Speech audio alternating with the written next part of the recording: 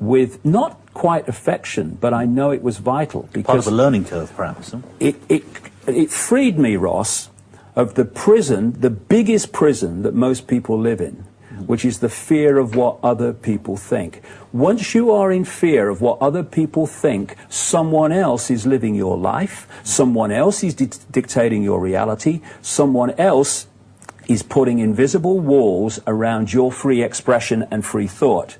Well, you know, this is what I think and this is what I like to say, but what will my mother think? Oh, what about the blokes at work and all this stuff? Well, I was cleared of that by mass ridicule, where I couldn't walk down a street without being laughed at. Couldn't go in a bar. There was uproar. That was the shell suit that did that, you know? Yeah, well, whatever it was. Let's take a break at that point, because I want to move us forward now to the talk that you did at Brixton. Right. So we've got a picture now of leading up to that, and then we'll sort of work backwards, because you did this talk to thousands of people at Brixton Academy.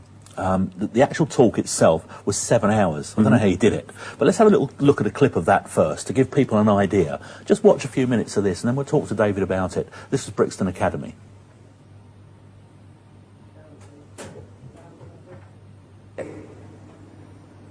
As Voltaire said, so long as the people do not care to exercise their freedom, those who wish to tyrannize will do so. For tyrants are active and ardent and will devote themselves in the name of any number of gods, religious or otherwise, to put shackles upon sleeping men. And of course, first, you must have sleeping men and women, and that's what the whole deal has been about.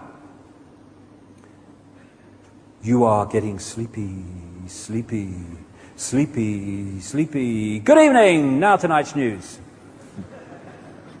These people are hypnotists, don't realize it. They're programming a reality by repetition of a version of reality that they pound out on their mainstream news all the time. We see things not as they are, but as we are. The conspiracy in a line. The idea is to get us to think that we are the person we see reflected in the mirror. No, that's the vehicle we're using to experience this reality. This is who we are. Division is what they want. A sense of oneness is what they don't want. We are consciousness, we are energy, we are all one consciousness. So, where are we? Where are we? We are in our own minds, basically. We are in our own heads, symbolically. We are decoding reality in our own minds. It's not out there, it's in here. We are taking frequency fields and vibrational fields, and we are, through the brain, turning them into a holographic reality that does not exist out there. Holograms appear to exist in space, but they don't. Holograms you buy in the shops. This hologram doesn't have space either. We are decoding it into a holographic television station within the frequency of visible light. We talk about seeing is believing, but it ain't. Believing is seeing. Because what we believe affects what we decode and therefore what we see. There's that great line in a Matrix movie where the Neo character is saying to the Morpheus character, what is real?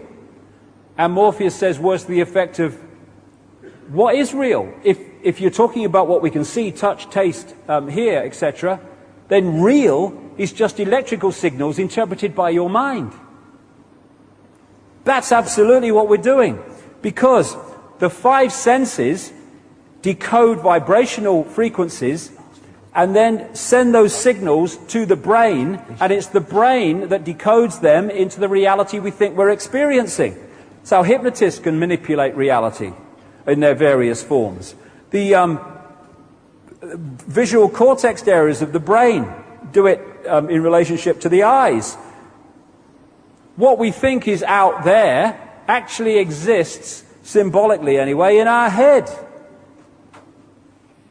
Well, that was David Icke there speaking at the Brixton Academy earlier this year, and it poses the question now, where are we now? Well, just picking up the story, Ross, after that great ridicule and all those things that happened to me, after about 3 months, everything morphed back into some kind of clarity. It was like the computer unfroze, and I saw the world in a completely different way. I seemed to be the same bloke I was before it all turned out, but I wasn't. I was seeing the world in a completely different way. And I went through this amazing journey, which started then, of some invisible force I can only say, handing me pieces in the puzzle in an order that I could understand them. And I went through a period of many years through the 90s where I was being given information about the conspiracy in the world that we consciously experience, the banking conspiracy, the interbreeding family network which is behind global society, manipulates global society, the agenda for the world fascist state, the Orwellian state, which is now coming in all these years later, we're now seeing it.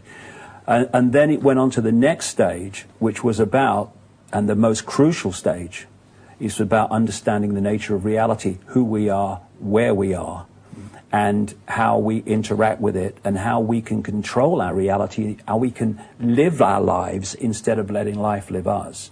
So that was the sequence. And where are we? We're in the equivalent of a holographic internet. We are decoders. We are awareness. We are decoding frequency fields in exactly the same way, in principle, as a computer decodes the wireless internet. You know, if this television station has the wireless internet, then where is it?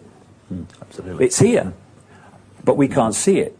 But get a computer and tune it into the internet, and suddenly on the screen, our brain, comes a collective reality.